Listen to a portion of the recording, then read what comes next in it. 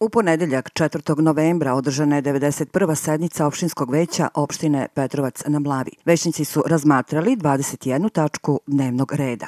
Ono što je interesantno za gledalce vaših medija su bile tačke gde smo razmatrali predlog odluke o raspisivanju javnog oglasa za davanje u zakup na korišćenje poljoprivrednog zemljišta u državnoj svojini u opštini Petrovac na Mlavi. Takođe imali smo i razmatranje predloga rešenja o utvrđivanju prosečnih cena kvadratnog metra odgovarajućih nepokretnosti za utvrđivanje poreza na imovinu za 2020. godinu na teritoriji opštine Petrovac na Mlavi. Ono što bih samo naglasio da je cena poreza kvadratnog metra ostala iz nivoa iz 2019. godine, tako da iste sume će biti obračunavane i ove godine.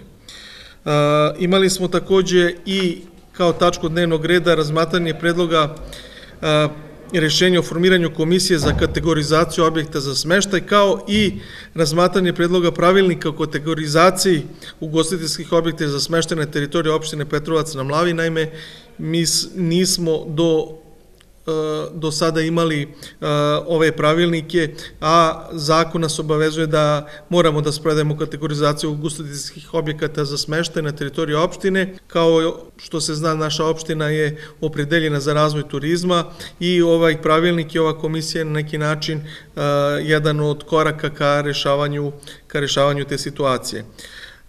Imali smo takođe i predlog zaključka o raspisivanju konkursa za dodelu stipendija redovnim studentima visokih škola za školsku 2019-2020. godinu. Konkurs je raspisan, bit će objavljen na opštinskom sajtu.